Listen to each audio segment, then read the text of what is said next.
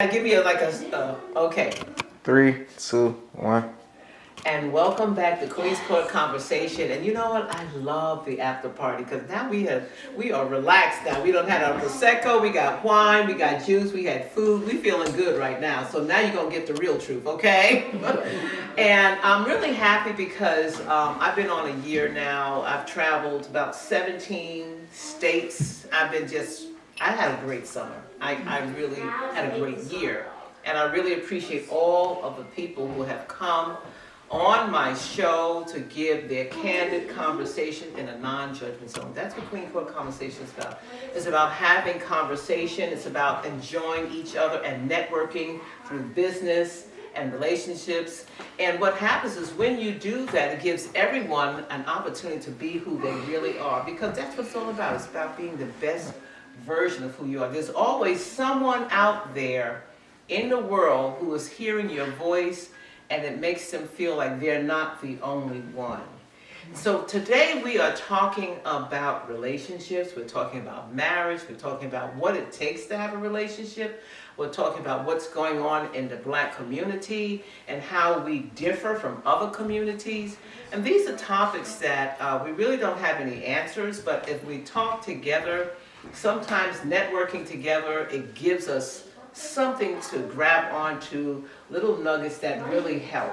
So on that note, we're going to get started. I have some really great I have some awesome guests here, but I also have some returning guests. I have Cortez and Alice, and I have Clayton, and I have some beautiful women here too, okay? Guys, you better get them, because these are some great women. They're amazing, but they might be taken. I'm sorry to tell you that. And you are?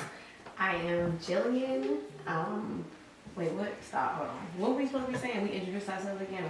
Well, for those who are those who are just, and you're gonna have to edit this part, okay? For those, for those who are just now tuning in, we have Jillian, right? That's correct. Jillian is here for the after party. Because see, if you weren't tuning in for the other full hour, now you can enjoy the after party. So we have beautiful Jillian, right? And Derica, correct?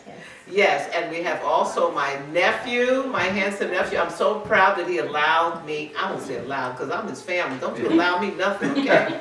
Okay? He invited me to his home, his beautiful home with his beautiful wife. I'm so excited because I'm so proud of them.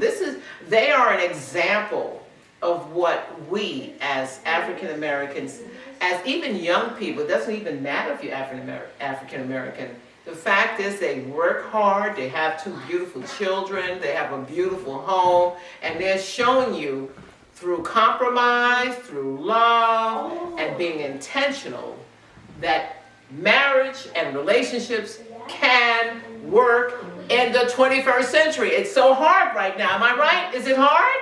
Yeah. I've seen that in these streets.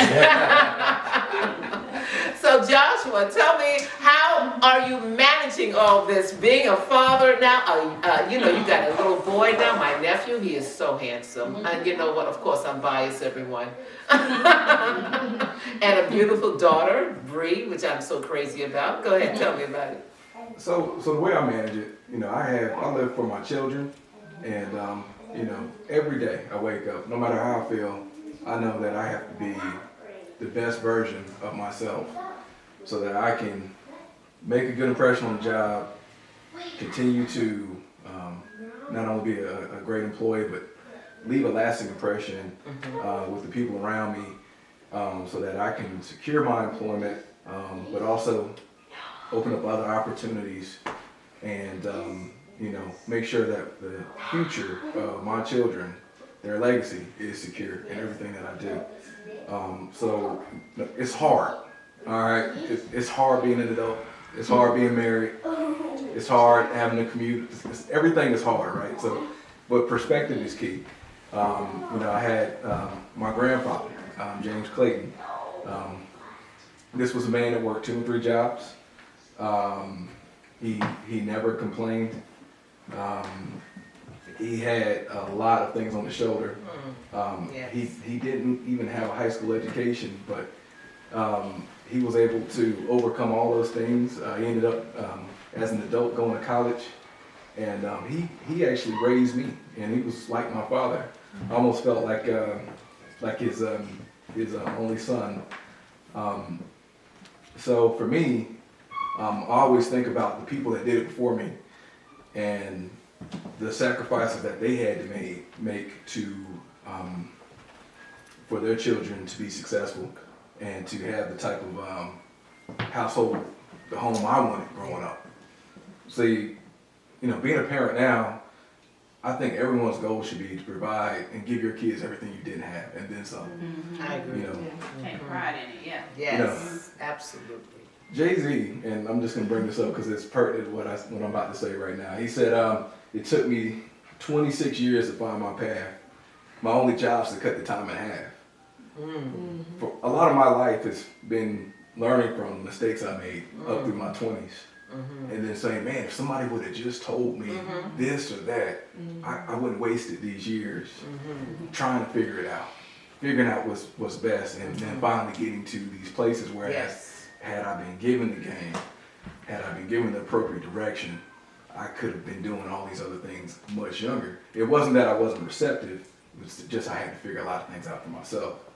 So for me, it's like with my son and my daughter, everything that I wanted to have, all the knowledge, all the things to avoid, when they wake up in the morning and especially my daughter, when it's time to go to school, and I was like, what's wrong? You don't want to go to school? And she says, no. I said, come on now. I said, school's amazing. I think of all the great things at school, right? And I said, you'll look back one day and miss this. And she said, okay, Daddy, I'm getting up. Right? For me, it was just like, hey, don't be late. And if I was late, that was on me. So I'm just, how do I do it? I think about everything. Yes. All the time as much as possible. And that helps me to get through. Thank you so much, Josh. I appreciate it. And Nicole, I call you Super Mom. You are a queen. You're amazing. And because to have 2 children, one is 1 year old, correct? And Bree is now 7. Oh my God. And Josh, your husband and everything, and you're working as well. Now people look at that and say, well, what's the big deal? Oh, it is a big deal, okay? Anytime you have a family and you're running a family and you have a husband and you're trying to make sure you navigate and also have time for yourself, that's not easy. That's not easy because you have to have time for yourself as well. So how are you navigating through all of this? Because it's a lot. First I want to say, I know I'm a super mom, but I actually look at you as a super mom. Super proud of what you're doing, Queen D. Thank you. Achieving all of this, and I'm happy to be a part of it. But as I said earlier on the radio show, I can't take full credit. I have a very supportive husband. One thing that I enjoy about Troy, one of the things that I admire about him the most, is there's not an area in his life I feel like he doesn't give 100% to. Yes. So me and Troy met during college.